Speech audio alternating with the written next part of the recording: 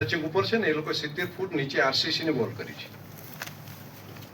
અને પેલેસ્ટાઈન આવી ન જાય એટલા માટે કરી છે ગાઝા બોર્ડર ઉપર અને ઉપર પણ એવડી મોટી બોલ કરી છે અને દેશ સૌથી ટેકનોલોજીમાં આટલો સક્ષમ છતાં પણ એક સાથે 10,000 લોકો ક્રોસ કરીને ટ્રેક્ટરો ટેમ્પા બાકી બધું લઈને એમની પાસે જે સાધનો હતા એ લઈને આવ્યા અને 80 કિલોમીટરથી અંદરના ભાગે છે પહોંચી ગયા અને વચ્ચે જે લોકો આવ્યા એ બધાને કતલેઆમ કરતા ગયા.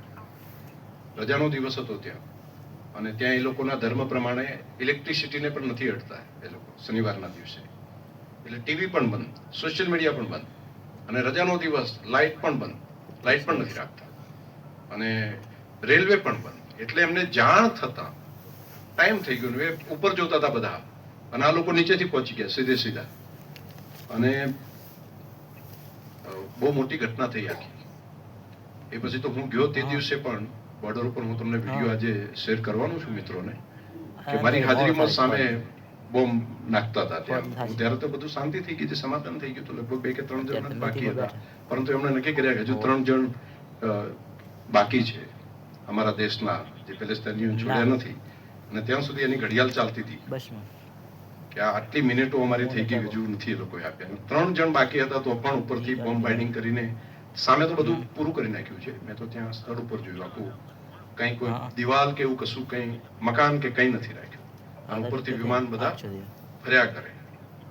બંકરમાં હોય એટલા બચે, બાકી તો બહાર કોઈ માણસ નીકળે કે તરત જ જઈને બોમ્બ બાઇન્ડિંગ કરી નાખે. પરંતુ હું આ વાતનો ઉલ્લેખ એટલા માટે કરું છું કે આપણે પણ સામે જે દેશ છે એ એટલા સંબંધો સારા નથી, દુશ્મન દેશની સામે જ આપણે બોર્ડર ઉપર બેઠા છીએ, તો અહીંના નાગરિકોએ પણ એટલા સજાગ રહેવું પડે, એટલા મજબૂત રહેવું પડે.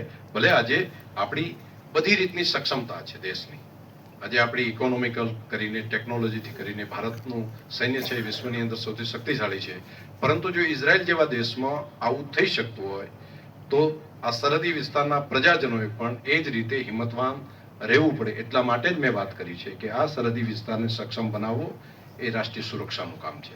આપ સૌને હૃદયથી ખૂબ અભિનંદન.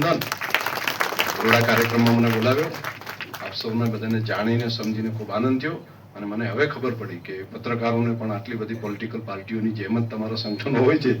તો મારે હવે આ તમને કઈ પાર્ટીના સંગઠન જેમ સૌથી, તમે નહીં કીધું કે વિશ્વની મોટી પાર્ટીઓ એવું કેટલીક પાર્ટીઓ કહેતી હોય છે, તો આ તમારું રાજ્યનું સૌથી મોટું સંગઠન એવું કેવું ને મારે. ચલો, આપ સૌને હૃદયથી ખૂબ ખૂબ અભિનંદન. હેલો, ખૂબ ખૂબ આભાર સાહેબનો. સાહેબે ખૂબ જ ઊંડાણપૂર્વક